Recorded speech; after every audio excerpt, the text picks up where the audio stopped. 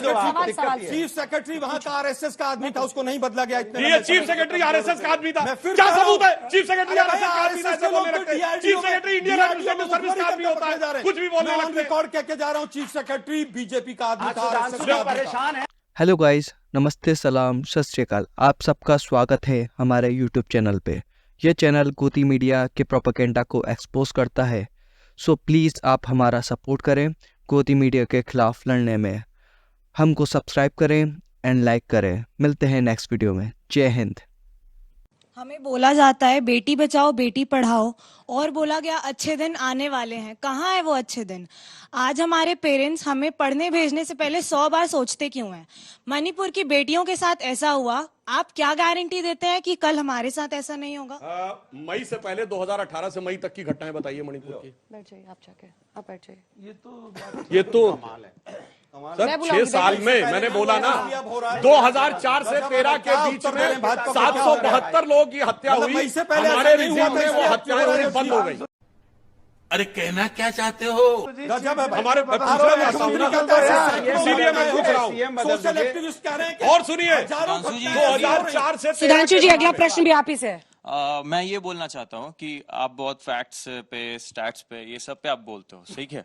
तो 80 दिन तक कहाँ थी स्टैट्स? वहां पे कहाँ, क्यों नहीं? कम्युनिकेशन गैप इतना क्यों सरकार और ये प्रशासन के बीच में? बड़ा हरामी हो बेटा। आप प्रबुद्ध व्यक्ति हैं। घटना होने के बाद फाइनली स्टैट्स आते हैं। ड्यूरिंग द प्रोसीजर जब सेटल हो जाता तब स्टैट्स आते हैं। जैसे मैं स्टैट्स बताना चाहता हूं। अच्छा, ठीक है, ठीक है, ठीक है, समझ गया। 2004 से 13 के बीच में 4800 इंसर्जेंसी घटना हुई। 2004 से हमारे देना 4 से 13 और हमारे जमाने में मैं बता रहा हूँ आज, अरे भाई आगे की बोल रहा हूँ। 2014 से आज तक, 2014 से अब तक। एक सेकंड प्लीज, हल्ला मत कीजिए आलोक जी।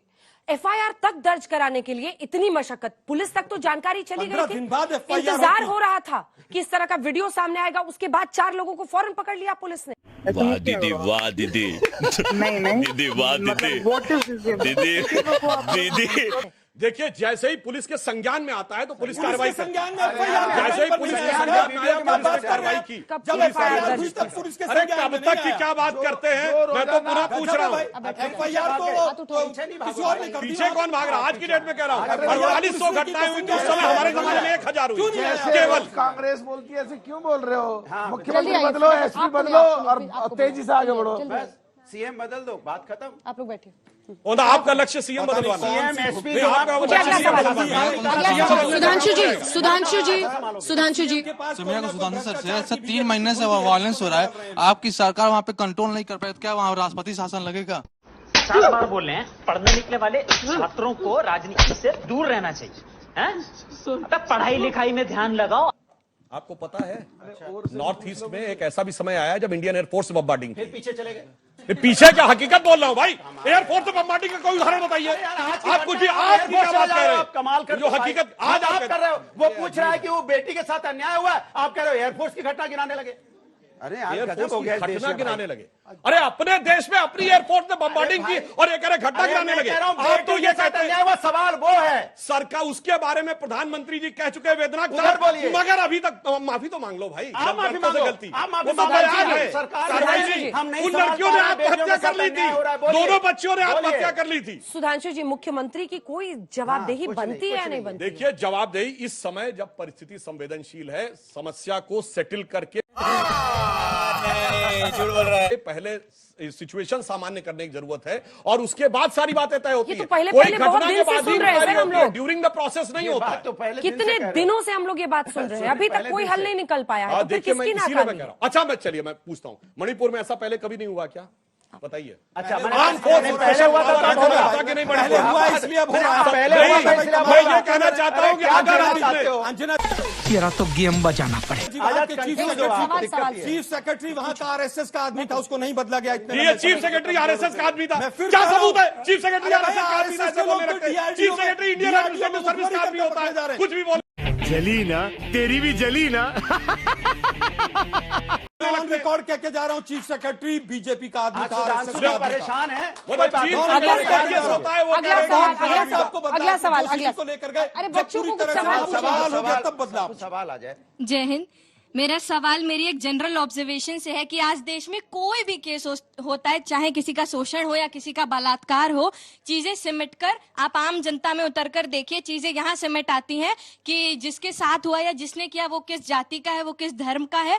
तो ये माहौल सच में बनाया जा रहा है या ऐसा ही है? बातें ऐसी कही गई कि देश की जो राष्ट्रपति हैं वो दलित हैं, तो क्या उनका कोई दायित्व नहीं बनता है कि वो अपना एक स्टेटमेंट दे? तो क्या हम सबको ये नहीं लगता है कि ये देश का मुद्दा है? यहाँ पर हमें ये सोचना चाहिए कि गलत हमारे देश के किसी के साथ हो रहा है। क्या बोला तूने? एक पहले क्या बोला? चलो सारी उलझने क्यों आ रही हैं? आलोक जी, अच्छा सवाल क्या? एक राष्ट्रपति के लिए राष्ट्रपत्नी शब्द इस्तेमाल करने के लिए तो माफी मांग लीजिए। मुझे लगता है आज माफी तो मांग लीजिए, तो बयान था। राष्ट्रपत्नी बोलने के लिए उन्होंने खेद जताया, उन्होंने माफी कोई माफी नहीं, लेकिन आज उन्होंने कहा मैं गैर हिंदी भाषी हूं, मुझे पता नहीं। उन्होंने खेद जताया। अब बात ये आती है कि क्या उन्होंने ऐसा बोला इसलिए ऐसा हो गया? नहीं, हमारे 4 सवाल, हमारे सीधे सीधे 4 सवाल हैं। पहला सवाल, देश के प्रधानमंत्री इतने लंबे समय तक चुप क्यों थे, मौन क्यों थे? दूसरा सवाल, जो मणिपुर के मुख्यमंत्री हैं उनके पास क्या भ्रष्टाचार की कुछ ऐसी फाइलें हैं जिनकी वजह से बीजेपी उनको नहीं हटा पा रही है? बीजेपी उत्तर दे। तीसरा सवाल, आज तीसरा सवाल, एक मिनट मैम, तीसरा सवाल हमारा सीधा कि 63 दिन के बाद तक जो लोग इंटेलिजेंस में थे एक पर भी एक्शन क्यों नहीं हुआ? चौथा सवाल, एक भी अधिकारी पर अभी तक मैं क्या करूं, फिर जॉब छोड़ दूं? सर एक प्रश्न इसका भी है।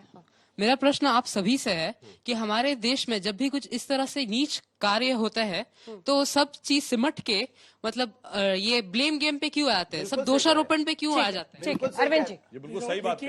ये बीजेपी समझो, विरोधी पक्ष इस मामले में कितना सीरियस है, ये आप इस बात से समझिए कि जब सर्वदलीय बैठक बुलाई गई। अरविंद जी लबोलवाब सिर्फ इतना है कि मणिपुर की जिम्मेदारी भी सरकार की है, संसद चलने की जिम्मेदारी भी सरकार की है। बिल्कुल है, कब भाग नहीं सकते, कोई डिफेंड कर रहा है, दोनों की जिम्मेदारी सरकार पर है। बिल्कुल ठीक बात है, लेकिन मणिपुर के हालात जो है वो मैं फिर दोबारा रिपीट करूंगा कि 1960 के दशक से है और भयानक है।